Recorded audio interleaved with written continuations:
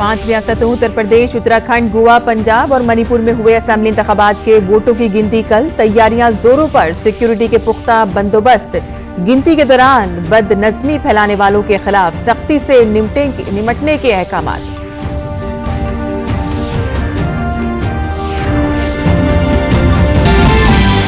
मरकजी काबीना ने गुजरात के जामनगर में WHO global centre for traditional medicine के क़याम को दी मंजूरी। वजारत आयुष के तहत कायम किए जाने वाला ये दुनिया भर में रिवायती इलाज के लिए होगा पहला और अकेला आलमी मरकज।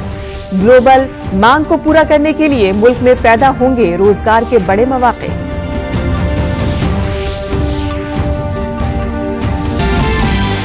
जंगज़दा यूक्रेन से भारतीय शहरियों को निकालने की सरकार की कोशिशों की बीजेपी ने की सताइश। कहा कि 3 हफ्ते के अंदर यूक्रेन से 20,000 से ज्यादा भारतीय शहरियों को निकाला गया।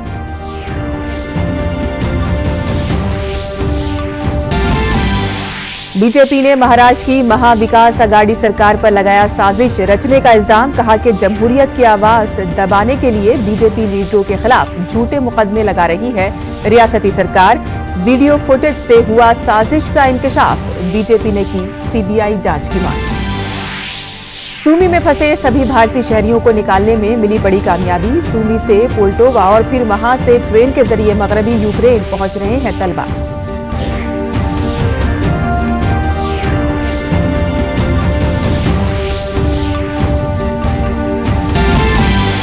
रूस पर कसा शिकंजा। अमेरिका और ब्रितानिया ने रूस से तेल, गैस और तवानाई से मुतालिक दरामदात पर लगाई मुकम्मल पाबंदी। अमेरिकी सदर जो बाइडेन ने यूक्रेन को फौजी और दीगर इमदाद जारी रखने का जाहिर किया अज़्म।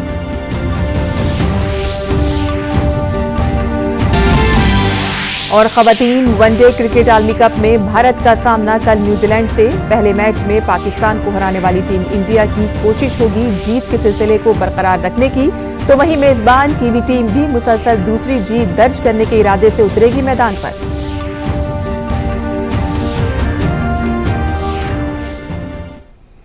आदाब नाज़रीन, खबरनामे में आपका इस्तकबाल है। मैं हूं साइमा खान। अब खबरें तफसील से। 5 रियासतों उत्तर प्रदेश, उत्तराखंड, पंजाब, गोवा और मणिपुर में असेंबली इंतखाबात के लिए वोटों की गिनती कल होगी। 5 रियासतों में वोटों की गिनती सुबह 8 बजे शुरू होगी, लेकिन इलेक्शन कमीशन सुबह 8 बजे से अपनी वेबसाइट और ऐप पर रुझानात जारी करना शुरू कर देगा। उत्तर प्रदेश में 403 असेंबली सीटों के लिए 10 फरवरी से 7 मार्च तक 7 मरहलों में पोलिंग हुई। ज्यादातर पोस्ट पोल सर्वे एग्जिट पोल ने भारतीय जनता पार्टी को अक्सरियत के साथ इक़्तिदार में वापस लाने का अंदाजा लगाया है। उत्तराखंड में 70 असेंबली सीटों के लिए 14 फरवरी को एक ही मरहले में पोलिंग हुई थी। इस बार रियासत में 62.5% पोलिंग दर्ज की गई। असल मुकाबला हुक्मरां जमात भारतीय जनता पार्टी और अपोजिशन कांग्रेस के दरमियान है। मुख्तलिफ एग्जिट पोल्स ने करीबी मुकाबले की पेशगोई की है। पंजाब की 117 नशिस्तों के लिए 20 फरवरी को एक ही मरहले में पोलिंग हुई थी। रियासत में हुक्मरां कांग्रेस, आम आदमी पार्टी, शिरोमणि अकाली दल और बहुजन समाज पार्टी इत्तेहाद, बीजेपी, PLC इत्तेहाद और संकेत समाज मोर्चा पार्टी के दरमियान कसीर फरीकी मुकाबला है। 40 रुकनी गोवा असेंबली के लिए 14 फरवरी को एक ही मरहले में पोलिंग हुई थी। गोवा के चीफ इलेक्टोरल ऑफिसर कुणाल ने कहा है कि वोटों की गिनती सुबह 8 बजे शुरू होगी और 11 बजे तक नताइज का ऐलान होने का इम्कान है। वहीं मणिपुर में भी वोटों की गिनती की तमाम तैयारियां मुकम्मल हो गई हैं। असल मुकाबला हुक्मरां जमात भारतीय जनता पार्टी और कांग्रेस के दरमियान है। ज्यादातर एग्जिट पोल्स ने भारतीय जनता पार्टी की जीत की पेशगोई की है।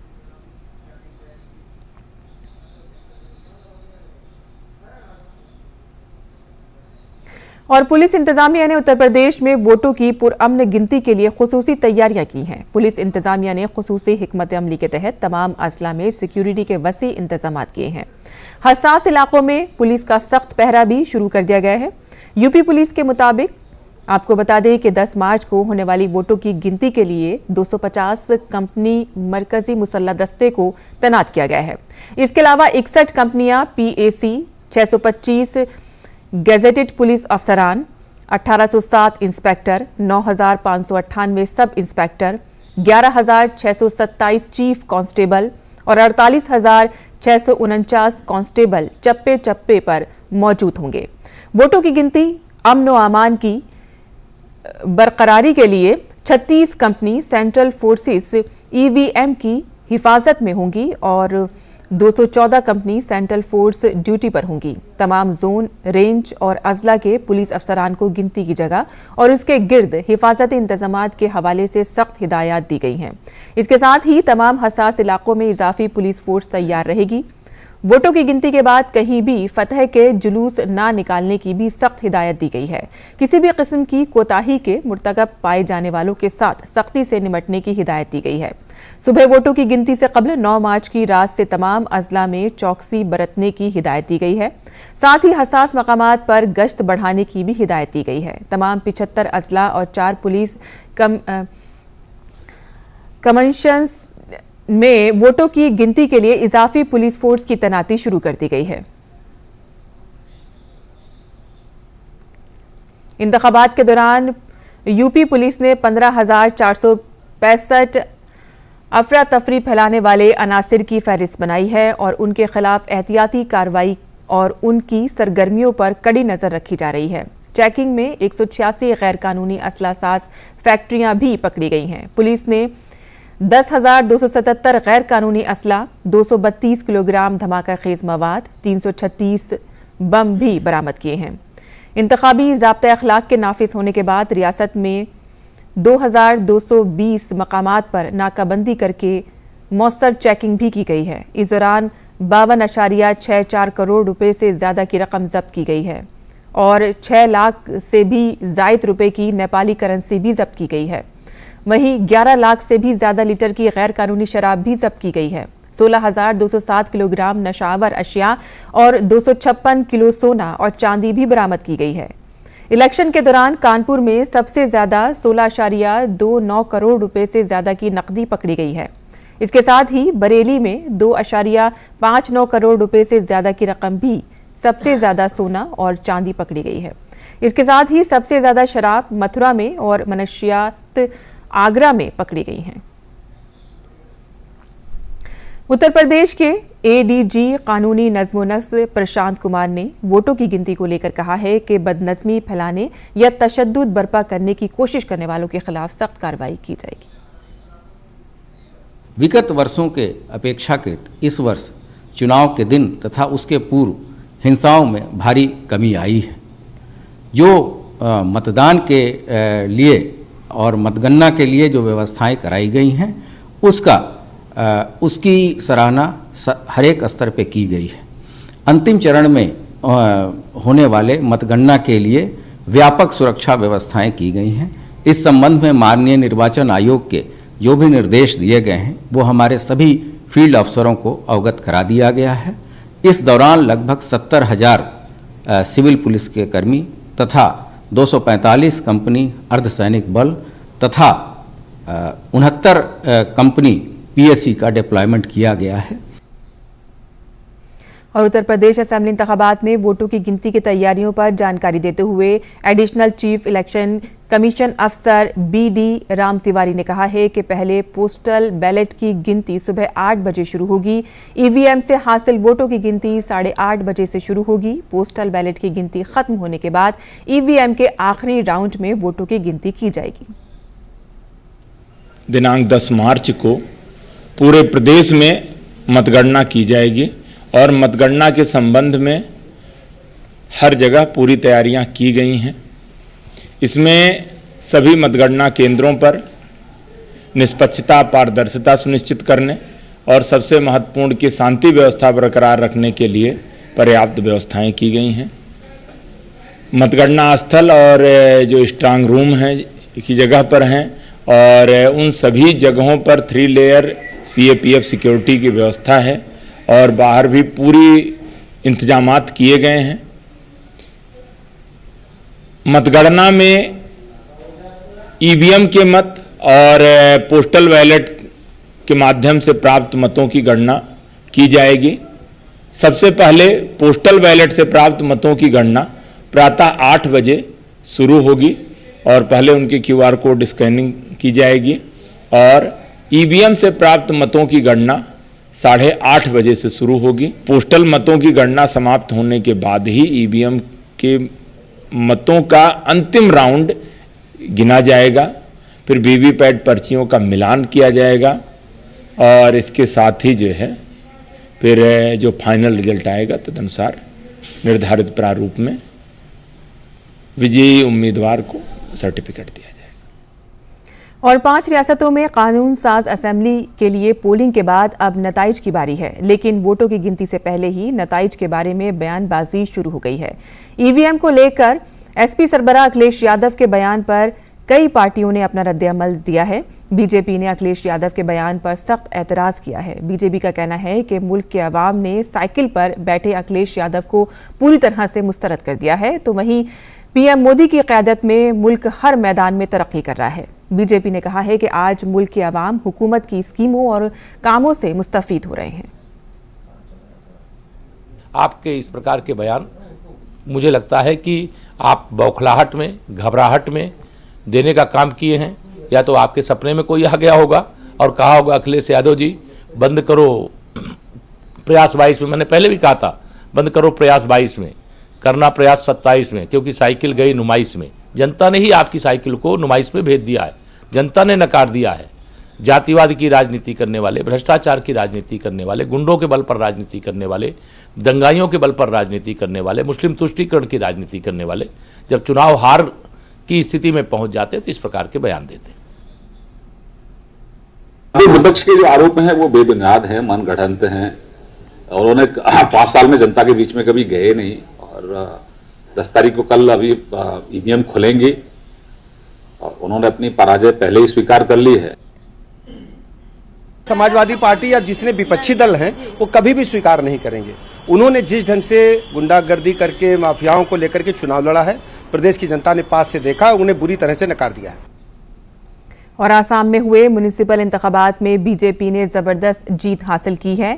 आसाम रियासती इलेक्शन कमीशन की अददशुमार के मुताबिक बीजेपी और इसके इत्तेहादी पार्टी एजीपी ने रियासत में म्युनिसिपल इंतखाबात में ज्यादातर वार्डों पर कामयाबी हासिल की है। ऐलान करदा नताइज के मुताबिक बीजेपी और एजीपी ने 548 वार्डों में कामयाबी हासिल की है, जबकि कांग्रेस की क़यादत वाली अपोजिशन पार्टी ने 61 वार्डों पर कामयाबी हासिल की है और दीगर पार्टियां यानी कि आज़ाद उम्मीदवारों ने 734 वार्डों में से 125 वार्डों पर कामयाबी हासिल की है। आसाम में 80 म्युनिसिपल कॉर्पोरेशनों और 920 वार्डों के लिए 6 मार्च को वोटिंग हुई थी। आसाम में ये पहला मौका है कि जब बल्दियाती इंतखाबात के लिए ईवीएम का इस्तेमाल किया गया है। गौरतलब है कि इससे कबल 57 उम्मीदवारों को बिला मुकाबला कामयाब करार दिया गया था। वज़ीर-ए-आज़म नरेंद्र मोदी की ज़ेर सदारत मरकजी काबीना ने गुजरात के जामनगर में WHO global centre for traditional medicine के क़याम के लिए भारत सरकार और आलमी इदारे सेहत के दरमियान मुआहदे को मंजूरी दे दी है। ये मरकज़ आयुष की वजारत के तहत खोला जाएगा। ये दुनिया भर में रिवायती अद्वियात का पहला और वाहिद आलमी दफ्तर होगा।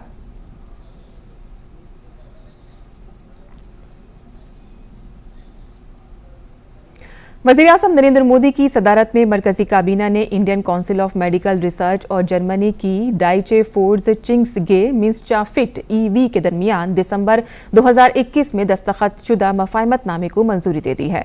इस मफाहमतनामे का मकसद तिब्बी साइंस और सेहत के तहकीक के शोबों समेत टॉक्सिकोलॉजी, नज़रअंदाज की जाने वाली बीमारियों, नायाब अमराज और बाहमी दिलचस्पी के दीगर शोबों में ताउन को आगे बढ़ाना है। इसमें मयारी और सूदमंद साइंसी तहकीक और तकनीकी तरक्की में ताउन के लिए साइंसी तहकीकी मंसूबों की मुश्तरका फंडिंग के साथ साथ मुहक्किकीन का तबादला, मुश्तरका सेमिनार और वर्कशॉप की फंडिंग शामिल है। काबीना ने Indian council of medical research, Bharat और national institute of allergy and infection diseases और US के national institute of health and human services के दरमियान दस्तखत शुदा मफाहमतनामे को मंजूरी दे दी है। इस ताउन के तहत खुसूसी तवज्जो तपेदिक, parasitic infection, HIV, AIDS, allergy की बीमारियां, मुदाफ़ती निज़ाम की बीमारियों और दीगर उभरती हुई बीमारियों पर है। भारत सरकार और अमेरिकी हुकूमत वसाइल की दस्तयाबी की बुनियाद पर इस मफाहमतनामे के तहत सरगर्मियों के लिए रकम फराहम करेगी। और काबीना ने फाजिल अराजी को मोनेटाइज करने के लिए एक स्पेशल प्रेस व्हीकल के तौर पर नेशनल लैंड मोनेटाइजेशन कॉरपोरेशन के क़याम को मंजूरी दे दी है। ये कॉरपोरेशन 5000 करोड़ रुपए के इब्तदाई ऑथराइज्ड शेयर कैपिटल के साथ हुकूमत हिंद की मुकम्मल मिल्कियत वाली कंपनी के तौर पर कायम किया जाएगा। ये corporation centre public sector enterprise और दीगर सरकारी एजेंसियों की गैर इस्तेमालशुदा या कम इस्तेमालशुदा अराजी को इमारतों का मोनेटाइजेशन करेगा। बजट में किए गए ऐलान के मुताबिक इस तजवीज़ को मंजूरी दी गई है।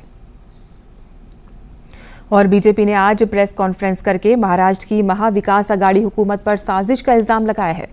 बीजेपी तर्जुमान शहजाद पूनावाला ने कहा है कि महाराष्ट्र की महाविकास आघाड़ी सरकार असल में महाविद्वेष आघाड़ी हुकूमत बन चुकी है। बीजेपी ने महाराष्ट्र हुकूमत पर बीजेपी लीडरों के खिलाफ साजिश करने और उन्हें झूठे मुकदमों में फंसाने का इल्जाम लगाया है। बीजेपी तर्जुमान ने कहा कि 125 घंटे की वीडियो फुटेज में हुकूमत की साजिश के सबूत हैं। जिस महाविकास अघाड़ी की सरकार को वैसे तो महावसूली अघाड़ी भी कहा जाता था उनके पूर्व के कारनामों को देखते हुए, और महाविनाश अघाड़ी भी कहा जाता है उनके आजकल के कारनामों को देखते हुए, पर आज जो 125 घंटों की मेरे पास ट्रांसक्रिप्ट है उस वीडियो फुटेज की, उससे एक चीज़ स्पष्ट हो जाती है कि अब MVA सरकार का नाम महाविद्वेष अघाड़ी सरकार बन जाएगा। भारतीय जनता पार्टी मतलब विरोधी पक्ष के नेताओं को और एक तरीके से लोकतंत्र की आवाज़ को दबाने के लिए ही किस प्रकार से सबसे ऊंचे स्तर से, चाहे वो पुलिस का महकमा हो चाहे वो सरकारी महकमा हो, एक बहुत बड़ी साजिश और षड्यंत्र को रचा गया ताकि भारतीय जनता पार्टी के वरिष्ठ नेता उनके ऊपर झूठे मुकदमे दायर किए जाए, उन्हें फंसाया जाए। और अपने मन की बात प्रोग्राम में वजीर आज़म न सिर्फ पूरे मुल्क के लोगों के कामों से वाकिफ कराते हैं बल्कि वो लोगों को हुकूमत की तरफ से की जाने वाली कोशिशों से भी आगाह कराते हैं। इसी की ही एक कोशिश मां अन्नपूर्णा की मूर्ति को भारत वापस लाना है। लोग हर महीने के आखिरी इतवार को मन की बात का इंतजार करते हैं। इसमें वजीर आज़म न सिर्फ अपने तजर्बात शेयर करते हैं बल्कि लोगों की तरफ से किए जा रहे काबिल सताइश काम की तारीफ भी करते हैं। वजीर आज़म वाराणसी से रुकन पार्लियामेंट हैं और उन्होंने काशी को हर नुक्ता नज़र से तरक्की दी है। इसी ज़िम्न में विश्वनाथ धाम का काम किया गया। यही नहीं, मां अन्नपूर्णा की कदीम मूर्ति जिसका आशीर्वाद पूरा काशी हासिल करता है, कनाडा से लाकर विश्वनाथ धाम में नस्ब की गई। इस मूर्ति के बारे में कदीम मुहर्रिकीन का ख्याल है कि यह कदीम और बहुत अहम है।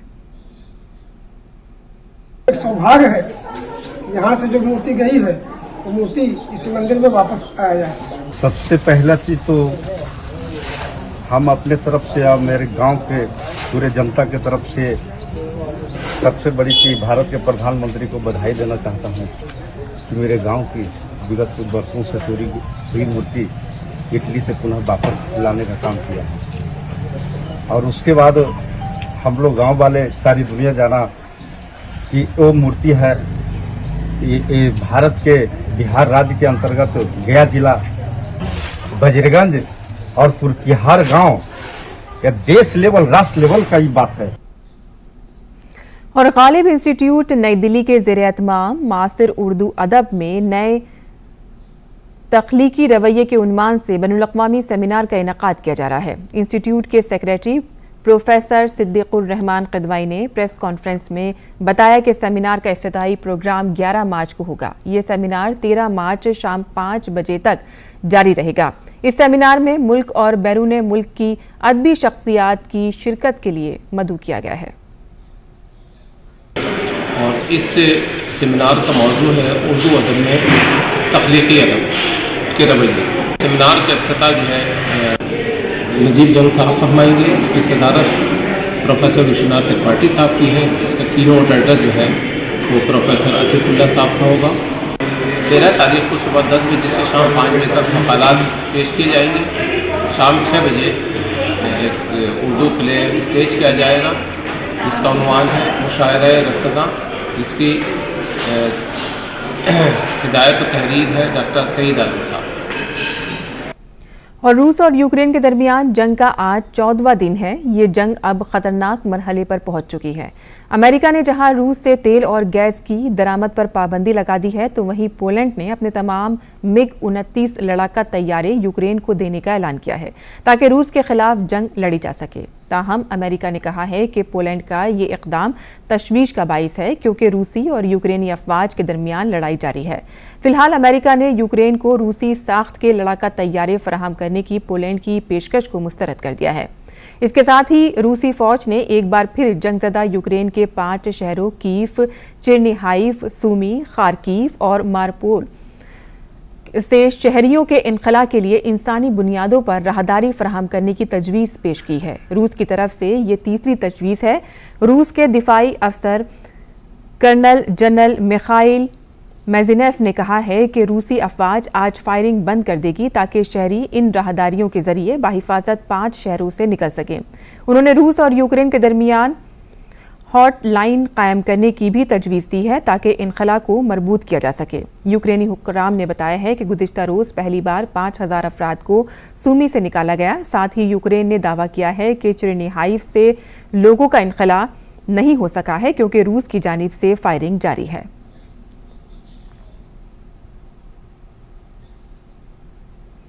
और अमेरिका ने रूस से गैस, तेल और तवानाई की तमाम बरामदात पर पाबंदी लगा दी है।